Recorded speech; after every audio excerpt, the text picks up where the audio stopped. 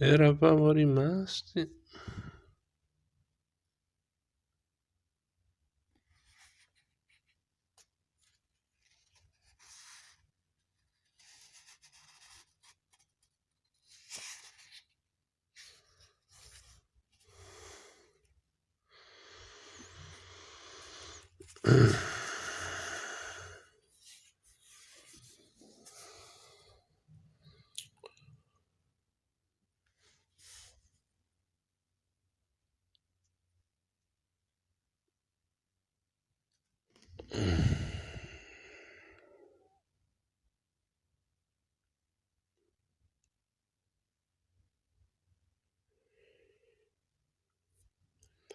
accanto al salterio, aveva evidentemente terminato da poco, uno squisito libro d'ora, dalle dimensioni incredibilmente piccole, sì che avresti potuto tenerlo nel palmo della mano.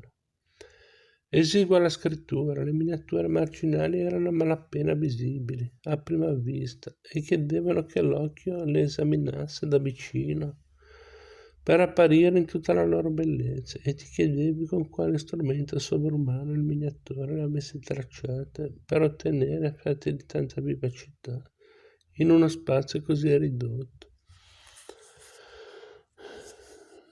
Gli interi margini del libro erano invasi da minuscole figure che si generavano, quasi per naturale espansione,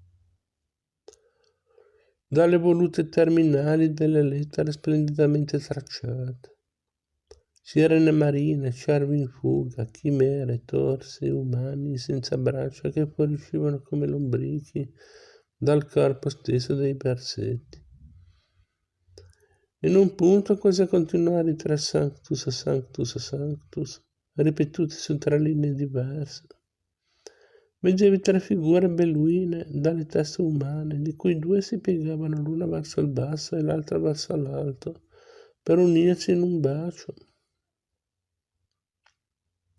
che non avresti esitato a definire inverecondo, se non fossi stato persuaso che, anche se non perspicuo, un profondo significato spirituale doveva certamente giustificare quella raffigurazione in quel punto. Io seguivo quelle pagine combattute tra l'ammirazione muta e il riso, perché le figure inclinavano necessariamente all'ilarità, benché commentassero pagine sante. E frate Guglielmo le esaminava sorridendo e commentò: Babewin, così li chiamano nelle mie isole. Babuins, come li chiamano nelle Gallie, disse Malachia. Infatti Adelmo ha appreso la sua arte nel vostro paese, benché dopo abbia studiato anche in Francia. Babbuini, ovvero scimmie dell'Africa. Figure di un mondo rovesciato, dove le case sorgono sulla punta di un'aguglia e la terra sta sopra il cielo. Io mi ricordai di alcuni versi che avevo udito nel vernacolo delle mie terre e non potei trattenermi dal pronunciarli. Aller Wunder is geschwiegen, das der Himmel it unbestiegen. Das sollte it wur ein Wunder wiegen. E Malachia continuò citando dallo stesso testo. Dob un Himmel unter, das sollte ihr Anno besonder, Wureller, Wunder ein Wunder. Bravo Ezio, continuò il bibliotecario. Effettivamente queste immagini ci parlano di quella regione, scusate, dove si arriva cavalcando un'oca blu, dove si trovano sparvieri che pescano dei pesci in un ruscello, orsi che inseguono falconi nel cielo, gamberi che volano con le colombe, e tre giganti presi in trappola e morsicati da un gatto.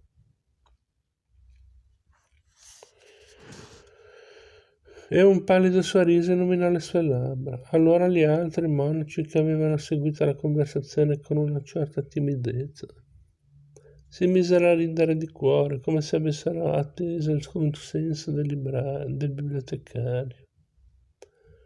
il quale si rabbuiò, mentre gli altri seguitavano a ridere, lodando l'abilità del povero Adamo e indicandosi l'un l'altro le figure più inverosimili.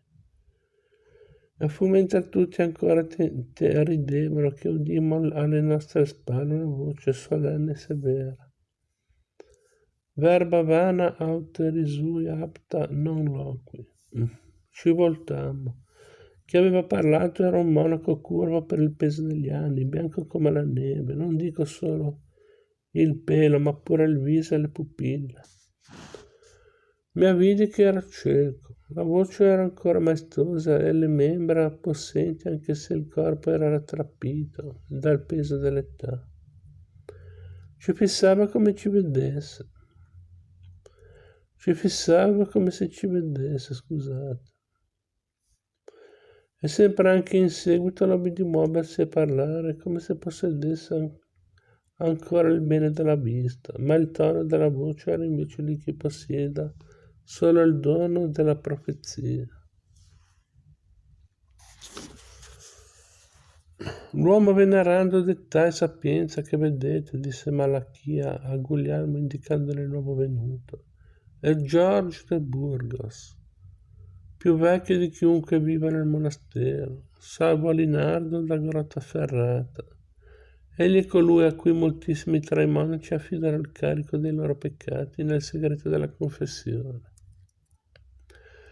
Poi, volgendosi al vegliardo, quello che sta davanti a voi è frate Guglielmo da Baskerville, il nostro ospite.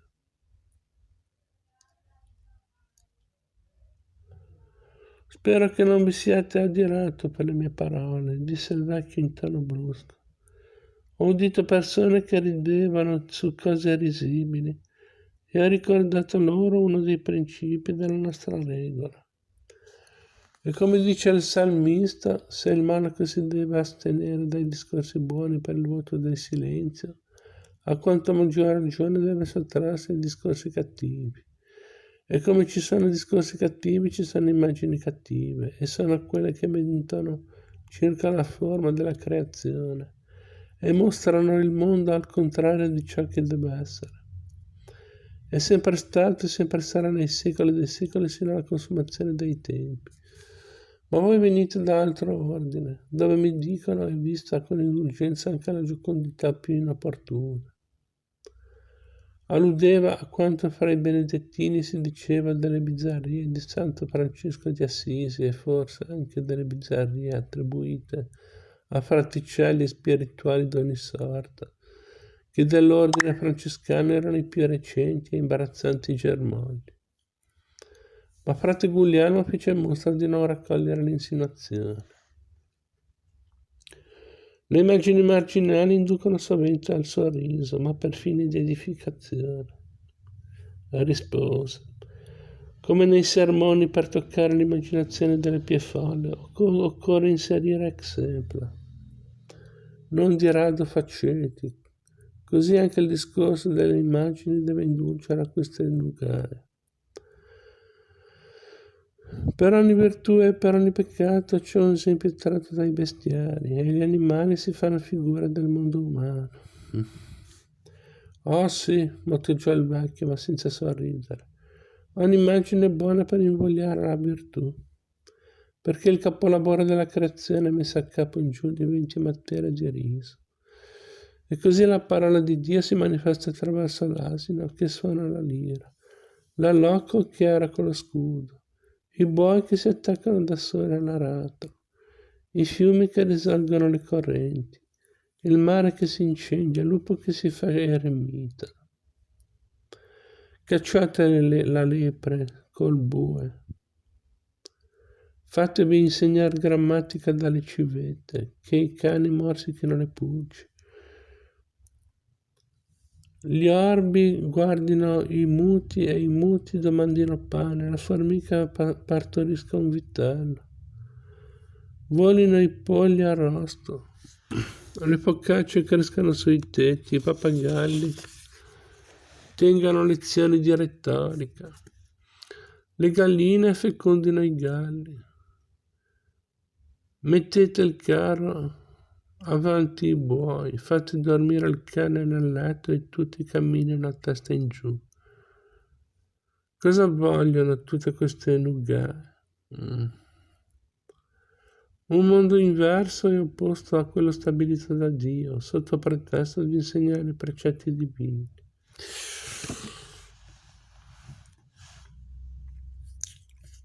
Umberto Eco, Il nome della rosa.